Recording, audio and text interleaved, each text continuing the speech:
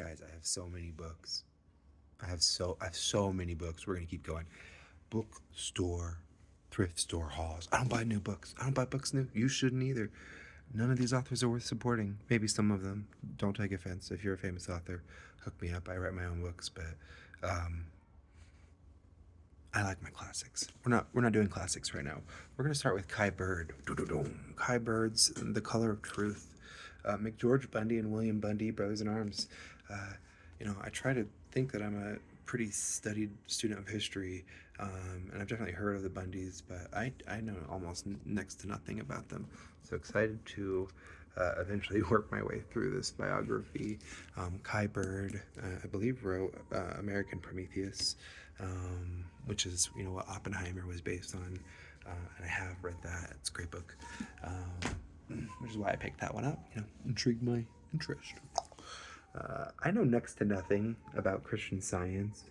I just listened to a book by Robert Anton Wilson called Prometheus Rising, and inside of it, he talked a bit about Christian Science. So it's definitely something that I'm not going to adhere to or anything like that, but something that I'm interested in reading more about. But here I found a century of Christian Science healing. You know, Definitely straight up my street. Something that I'll probably list online, but if somebody buys it, I'll probably attempt to clip through it pretty quickly before I send it out. Bam. And a book firmly I might read, but probably won't. Finding God and the Lord of the Rings. It does strike my fancy, but again, probably would only be motivated to read it if I ever actually sold it, or gave it away. Uh, I know where God's at in Lord of the Rings. That's all I can say. Bam.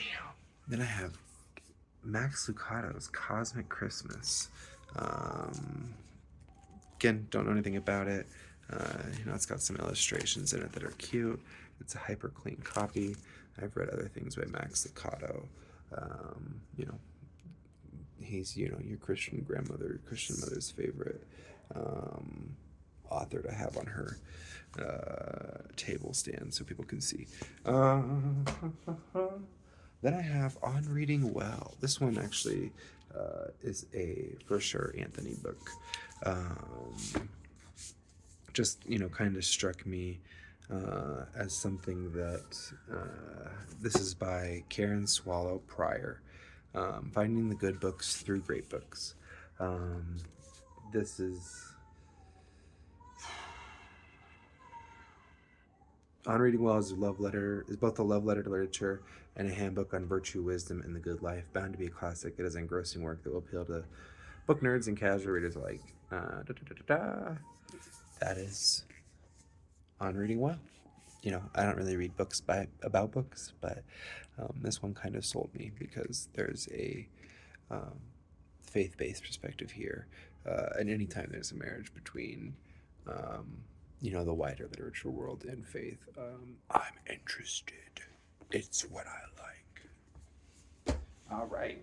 Then we have Shella, a novel by Andrew Vax. Don't know anything about this guy. Never heard of this book. Never heard of this novel. It's just super clean. Very, very nice copy. It happened to be, orange at the top. I don't know anything about that. I maybe should look at that up and see if that means anything. The author is a pirate, and I was reading his biography. Andrew Vax, is it Vax or Vox? Has been a federal investigator in sexually transmitted diseases. A federal investigator in sexually transmitted diseases. Next thought. A social caseworker and a labor organizer, and has directed a maximum security prison for youthful offenders. Now a lawyer in private practice, he represents children and youth exclusively. Dude writes books in his spare time when he's not plundering evil people. Don't know anything about this. If this guy's a bad guy, I'm sorry. but he sounds like a good guy from the back of the book anyway. But again, hyper clean, 1993. This survived 30 years in the ether to get to me, and it looks like it's a year old. So that's an obvious pickup for the Mustard Seed Buying Company. The God I Don't Believe in. We no longer think of the divine providence riding the clouds in the distant heavens, but as a father understandable in human terms, warm, accessible, non-authoritarian. A God for all men who have grown weary of the ancient image of an implacable Jehovah. This new incredible God is the subject of this book, a book which will make in its warmth and feeling immediate contact with the reader. Oh, good.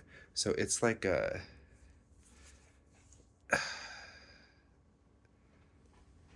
weird Christian book. Interesting.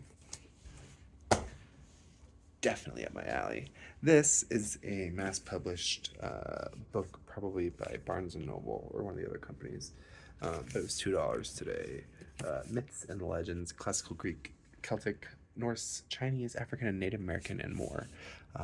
Love a good mythology book. More importantly, love making connections with other people who love a good mythology book. So this was an obvious pickup. Just a really clean book. Something I'm interested in. Always. And for $2, it's an obvious buy. The oldest living Confederate widow tells all. I'm not a Confederate. I'm not a Confederate apologist. But this book was hyper clean. And I'm interested in, possibly reading it, possibly moving on from it. But I do like having a nice history section. Someday when I exit from this book buying, book selling business, because I'm going to die buying books, like, let's be real. But if I ever exit my, where I'm doing this more heavily, the goal is to have a healthy collection and library of books that I'm interested in maintaining and reading and passing on to my children. That's obviously what this is behind me, but the downstairs library is also a big part of that. Why I had to take the time to say that after a book about the Confederacy, I don't know. A Hero for Our Time, an intimate story of the Kennedy years by Ralph G. Martin. I don't know why I'm a sucker for JFK books. I probably have 12 of them at this point, and nobody ever buys them. I haven't read one, believe it or not. I've read some conspiracy books on JFK, but I've never read a biography on his years. I have listened to a couple books on his presidency, but I remember when I was young, my aunt had a bunch of books of his on her shelf, and I don't know, that struck me as something. And another useless bookstore collection that was clean, hyper clean, but that interested me. I picked up the collected What If. Again, Barnes & Noble.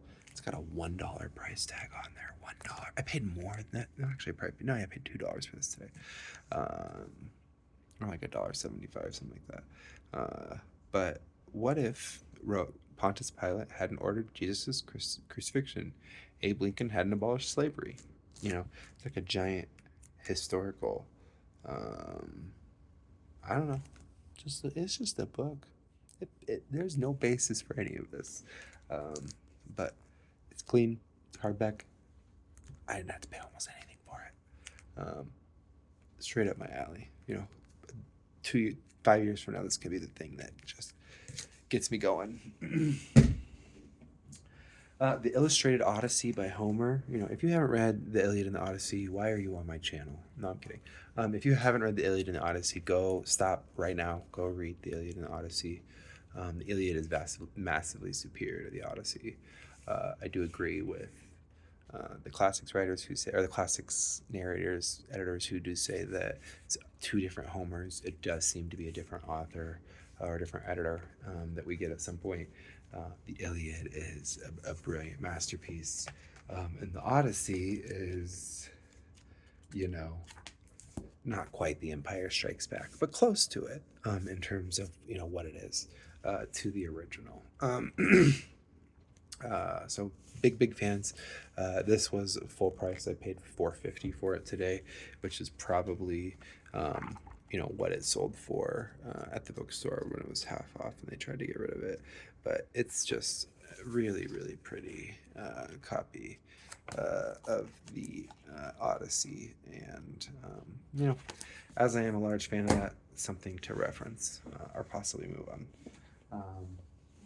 Yeah, and that's all for today, guys. Appreciate your time.